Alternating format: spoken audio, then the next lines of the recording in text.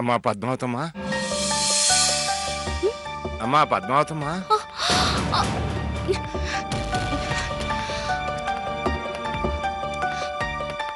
సమ్మయ్య తాత రా. ఇక్కడికి వచ్చావేంటి తాత? నేనే రేపు పొద్దున వచ్చేదాన్ని కదా. అంత సమయం లేదమ్మా. అమ్మా ఇదిగో ఈ చీర మీద జరీ పూలేసి రేపు పొద్దున్నే అర్జెంటుగా ఇమ్మన్నారమ్మా.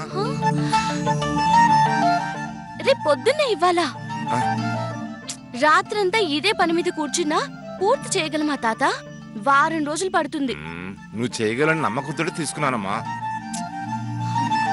అర్జెంట్ కాబట్టి 400 డిమాండ్ చేశాను. మంచి గిరాకీని వదులుకోకూడదమ్మా. సరే రేపు పొద్దున నేనే వస్తాను, నువ్వు రాకు తాత. మా ఇంట్లో వాళ్ళకి తెలిస్తే వెళ్ళు వెళ్ళు. తీసుకో.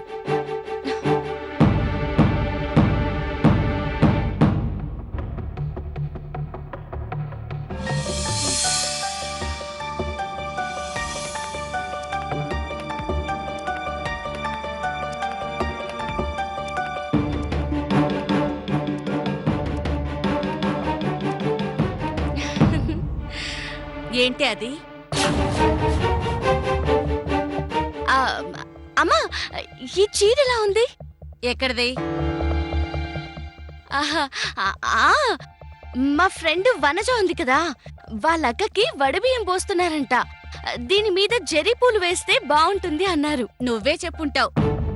నీ నోరేం ఊరుకోదు కదా. ఇంట్లో పనేం లేదనుకున్నావా? ఎందుకమ్మా కోపడతావు?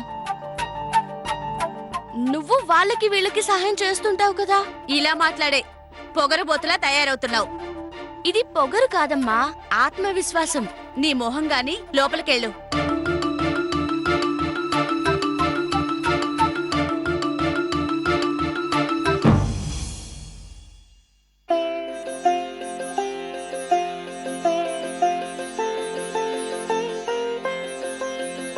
స్వామి, నువ్విచ్చిన శక్తి వల్లే సైకిల్ పోటీల్లో గెలిచాను. నువ్విచ్చిన డబ్బులతో బ్యాంకు వాయిదా కట్టేశాను. వదినకి చీర కూడా కొన్నాను. ఇప్పుడు నాకు ఇంకే కష్టం లేదు స్వామి.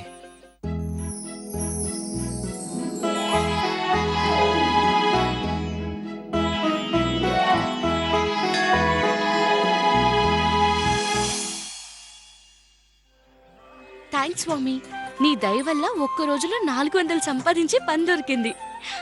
చీర మీద జరీ పూలు వేయాలంట. రేపు ఉదయం లోపే ఇవ్వాలంటే నేను రాత్రంతా కష్టపడి కుట్టాలి. అంత శక్తి నాకు నువ్వే ఇవ్వాలి స్వామి.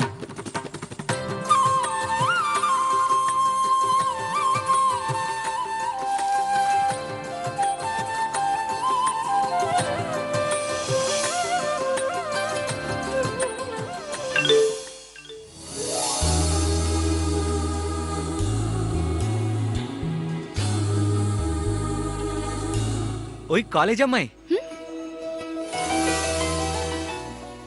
ఏ బండపై నువ్వు రోజు గుడికొస్తావా? మంగళవారం శనివారం అయితే తప్పకుండా వస్తాను. ఈ రోజు దేవుడికి థ్యాంక్స్ చెప్దామని వచ్చాను. దేవుడికి థ్యాంకా? మనం కోరుకున్నది కాదనకుండా ఇచ్చే దేవుడికి థ్యాంక్స్ చెప్పకపోతే ఎలా?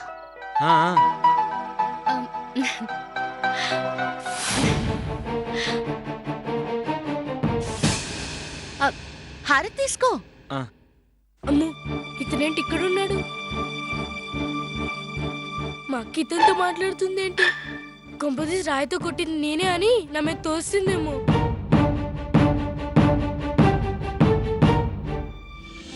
నువ్వు కాలేజీకి ఎప్పుడు వెళ్తావు? ఓపెన్ యూనివర్సిటీలో చదువుకుంటున్నాను అబ్బాయి. అంటే అంటే రోజు కాలేజ్కి వెళ్ళాల్సిన అవసరం లేదు. ఇంటి దగ్గరే చదువుకొని పరీక్షలున్నప్పుడే వెళ్ళి పరీక్ష రాయాలి. మాస్టర్లు ఎవరు పాఠాలు చెప్పకుండానే చదువుకుంటావా? చదువుకోవచ్చు అబ్బాయి. 10వ తరగతి దాకా మాస్టర్లు చెప్పింది నేర్చుకోవాలి. ఆ తర్వాత పై చదువులన్నీ మనం సొంతంగానే చదువుకోవచ్చు.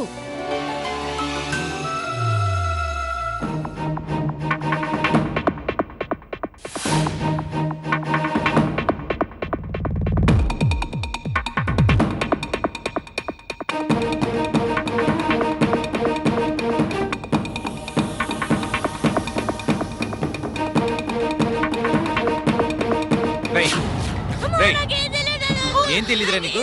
ఆ? ఏం తెలీదు? బండపై వన్ వదిలే. నా మీద ఒట్టు గా రోజు రాయితో కొట్టింది నేను కాదు మా అక్కే.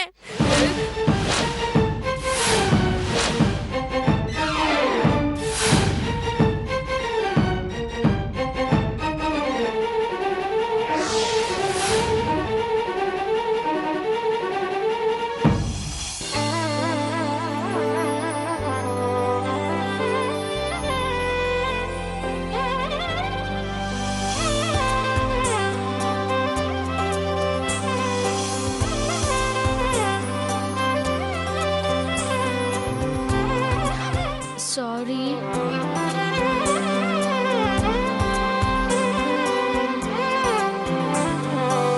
పర్వాలేదులే.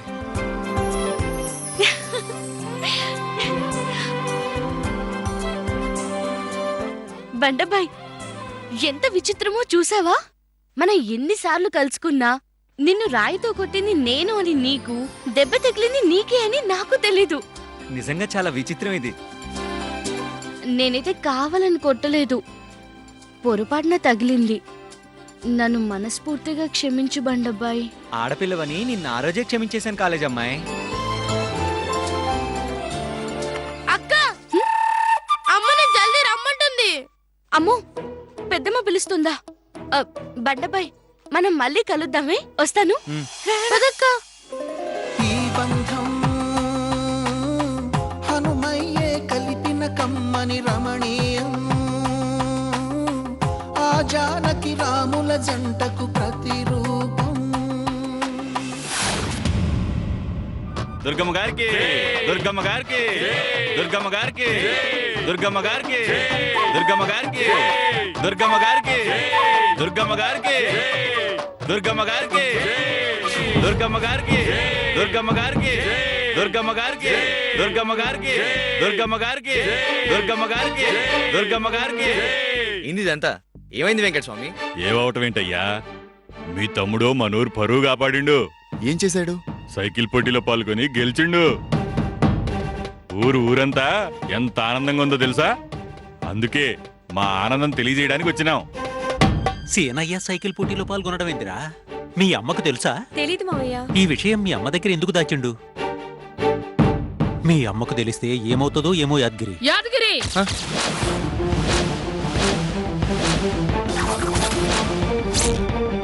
ఏమైతున్నదిరా అక్కడ?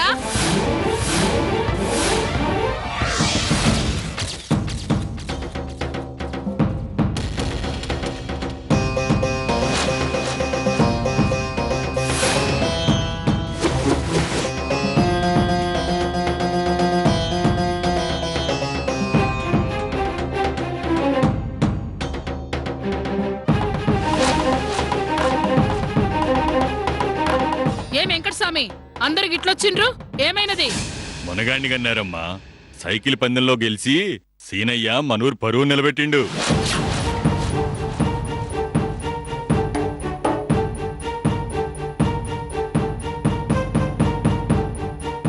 ఏందమ్మా అట్టుండారో? మాకే ఎంత సంతోషంగా ఉండదు, కన్న మీరింకెంత సంతోషంగా ఉండాలా?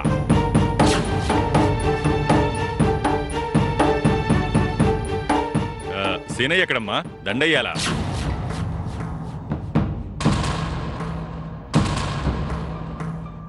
అసలు సీనయ్య కంటే సీనయ్య లాంటి కొడుకును గన్నా దుర్గమ్మని సత్కరించాలా?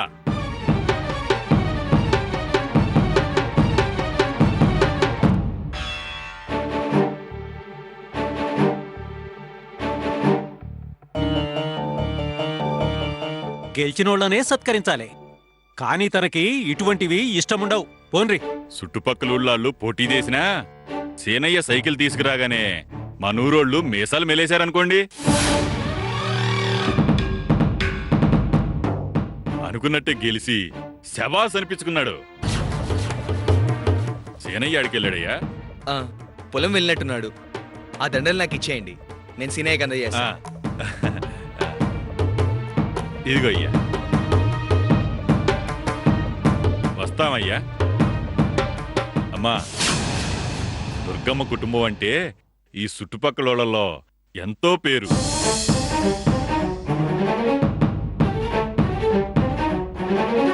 పద్ధతుల్లో సాంప్రదాయాల్లో అలాగే సాహసాల్లోనూ పోటీలో కూడా వాళ్లకు సాటి లేరని సేనయ్య నిరూపించాడమ్మా. ఇలాంటి కొడుకుని కన్నా మీకు మా నూరు ఎంతో రుణపడి ఉంటుందమ్మా. వస్తామమ్మా.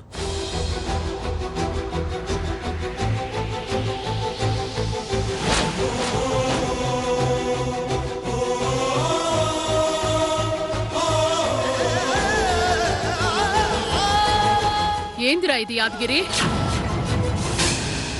ఏం జరుగుతున్నది ఇంట్లో? సంధ్య, అత్తమ్మా. ఆడు నీకేమైనా చెప్పిండా? లేదత్తమ్మా.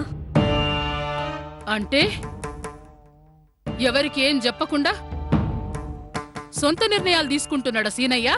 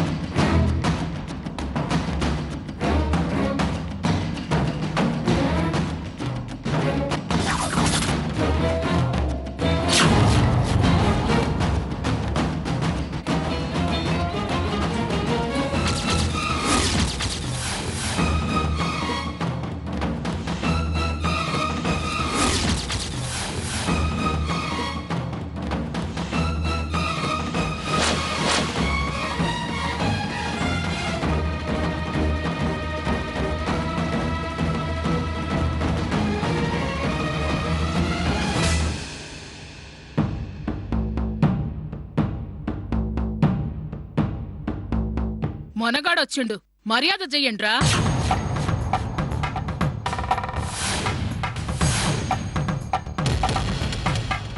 ఇంటి పరువు పోరాదని ఎప్పుడు చెప్పేటి దాన్ని? చెప్పకుండానే ఊరు పరువు పోకుండా చేసిన అతగాణ్ణి సన్మానించరేందిరా?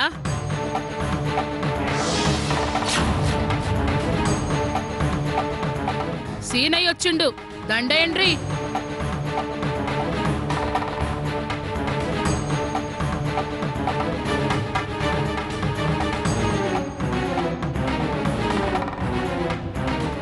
ఏంది సీనయ్య, పాలమ్మేటోనివి సైకిల్ పోటీలో పాల్గొన్నవంట?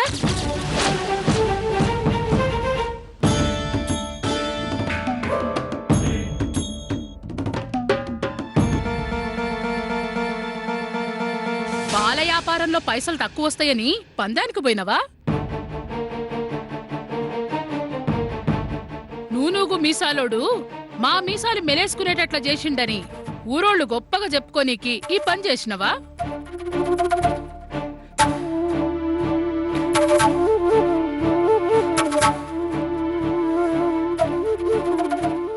మాట్లాడవేంది సీనయ్య?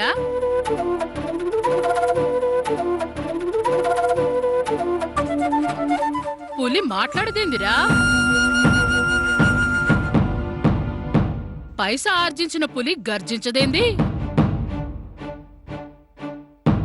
గెలిచినోడు తలదించుకున్నట్లు చరిత్రలో లేదురా.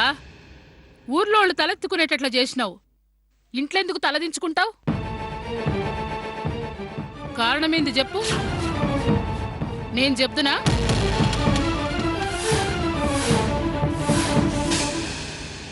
మీ నాయన యాదగిరి, పాండు, సంధ్య, మంగ, ఆఖరికి మీ నాయనమ్మ కూడా ఈ ఇంట్లో తల దించుకునే ఉంటారు.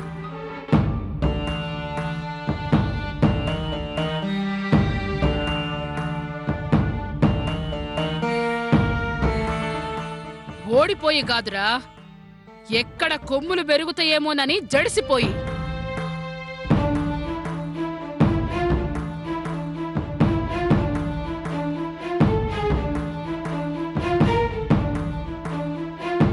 హరే రామ హరే కృష్ణ అనుకునే మీ నాయనమ్మ కూడా ఏనాడు నేను ఈ ఇంటి పెద్ద మనిషిని, నా మాట ఎందుకినరని అనలేదు.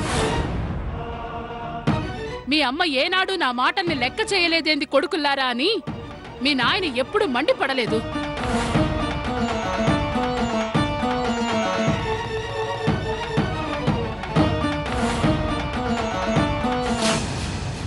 యాదగిరి నీకన్నా 7 ఏండ్లు పెద్ద, ఒక బిడ్డకు తండ్రి. చేతులు గట్టుకుని ఇంటడే తప్ప ఏనాడు నన్నెందుకిట్లా గట్టి పడేసిండ్రని కండ్లతో కూడా అడగలేదు.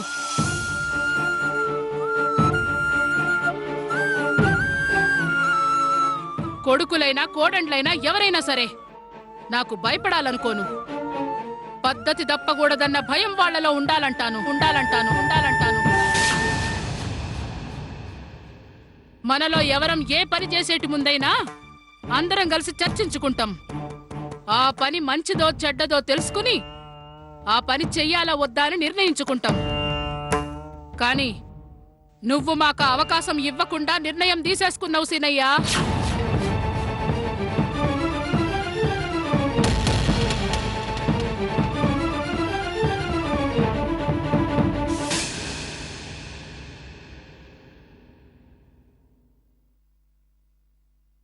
నువ్వొక్క మాట కూడా చెప్పకుండా పోటీకి పోయినావు. ప్రపంచాన్ని జయించినంత సంతోషంగా వచ్చినావు. నీ కష్టార్జితాన్ని నీ అన్నా వదినల పెళ్లి రోజు కానుకగిచ్చినావు. కాదనను సీనయ్యా. కాని నువ్వు ఊరి పరువు నిలబెట్టినవని జనాలు మెచ్చుకుంటుంటే మురిసిపోవాలనో, ఇంట్లో వాళ్ళెవ్వరికీ చెప్పకుండా పోయినవని బాధపడాలనో నేను తేల్చుకోలేకపోతున్నాను.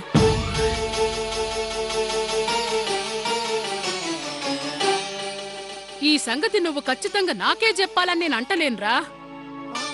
మీ అన్నలకో వదినలకో లేకుంటే ఇంట్లో పనోళ్ళకైనా ఒక మాట చెప్పింటే విషయం నా వరకొచ్చి తొందరలో వెళ్ళిపోయినావని సర్దుకుపోయేటి దాన్ని.